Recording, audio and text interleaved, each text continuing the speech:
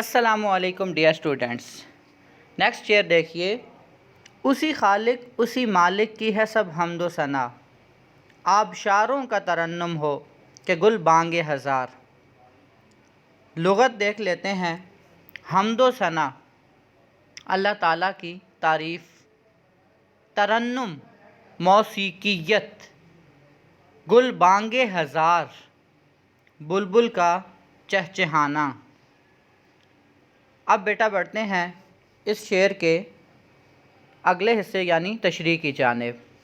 تو بیٹا شاعر اس شعر میں کہتے ہیں کہ انسان سمیت دنیا کی تمام تر مخلوقات خدا کی حمد و ثنا میں مصروف ہیں، چاہے وہ انسان ہو یا چرند پرند ہوں، پہاڑ ہوں، دریا ہوں یا آبشاروں سے گرتا ہوا پانی۔ گویا کائنات کا ذرہ ذرہ اللہ تعالیٰ کی مدح و ستائش کر رہا ہے۔ بقول شاعر، انسان زمین پر، محو فلک آسمان پر، جاری تھا ذکر قدرت حق ہر زبان پر۔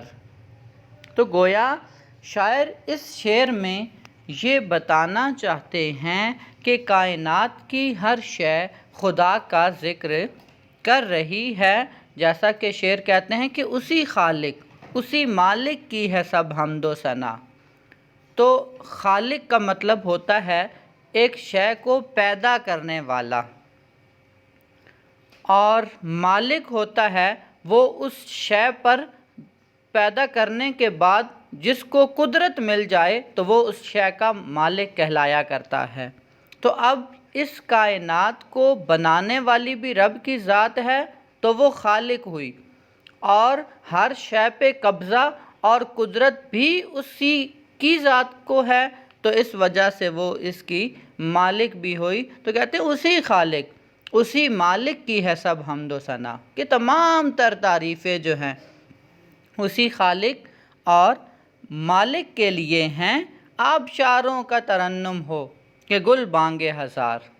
کہتے ہیں کہ آبشاروں کا ترنم ہو، کہ آبشار پانی جو پہاڑوں سے بہتا ہوا نیچے آتا ہے، اونچائی سے بہتا ہے، اسے آبشار کہا جاتا ہے۔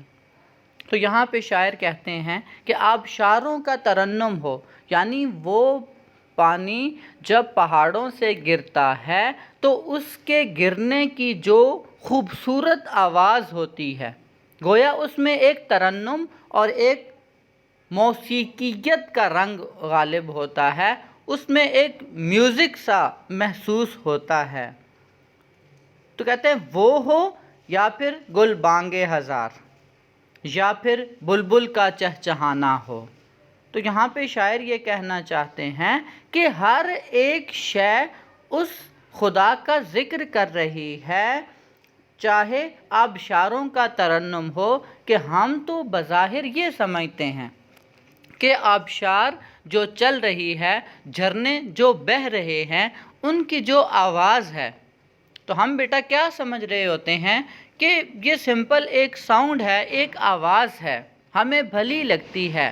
لیکن شاعر نے یہاں پہ اس طرف جو ہے ایک لطیف نکتہ بیان کرتے ہوئے یہ بات کہی ہے کہ آبشاروں کا ترنم ہو، کہ یہ جو آبشار جو آواز نکالتی ہے، یہ آبشار جو بہتے ہوئے اس کی آواز آتی ہے، تو یہ بھی دراصل خدا کا ذکر کر رہی ہوتی ہے۔ اور گل بانگ ہزار، ہم تو عمومی طور پہ یہی سمجھ رہے ہوتے ہیں کہ بس بلبل کو اللہ نے زبان دی ہے اور وہ باغ میں چمن میں چہچہا رہی ہے، لیکن شاعر نے اس کا بھی ایک لطیف نکتہ یہ بیان کیا ہے کہ ہم بلبل کو فقط چہچہاتا ہوا سنتے ہیں، لیکن دراصل یہ بھی خدا کا ذکر کر رہی ہوتی ہے، کیونکہ خدا ہی کی ذات وہ ذات ہے جو لائق عبادت ہے، کوئی اس کا ہمسر نہیں، وہ یکتا اور یگانہ ہے، جیسا کہ اللہ تعالیٰ نے قرآن مجید میں ارشاد فرمایا کہ کوئی چیز اس کی مثل نہیں، لیس کمثلہ شیء، کائنات کی کوئی بھی شے بیٹا اللہ تعالیٰ کی مثل نہیں ہے۔ اور شاعر کہتے ہیں کہ جھکی تھی طاعت رب میں ہر ایک شخص پھلی، وہ ذکر حق تھا چٹکی نہ تھی چمن میں کلی۔ تو یہ سورج کی روشنی، چاند کی چاندنی، بے ستونوں کے کھڑا یہ آسماں، پھولوں کی مہک، مٹی کی خوشبو، مختلف انواع و اقسام کے درخت، پھل اور میوے، غرض کہ کائنات کی ہر شے خدا کا ذکر کر رہی ہے۔ اور پنجابی کا جو ایک وہ جملہ ہے کہ جے دم غافل او دم کافر، یعنی جس گھڑی کوئی شے خدا کے ذکر سے محروم ہو جاتی ہے تو گویا وہ اس کا شمار کافروں میں، یعنی رب کی ذات سے انکاری کرنے والوں میں شمار ہو جاتا ہے۔ تو گویا شاعر بھی یہاں پہ یہی بتانا چاہتے ہیں بیٹا کہ ہر شے خدا کا ذکر کر رہی ہے۔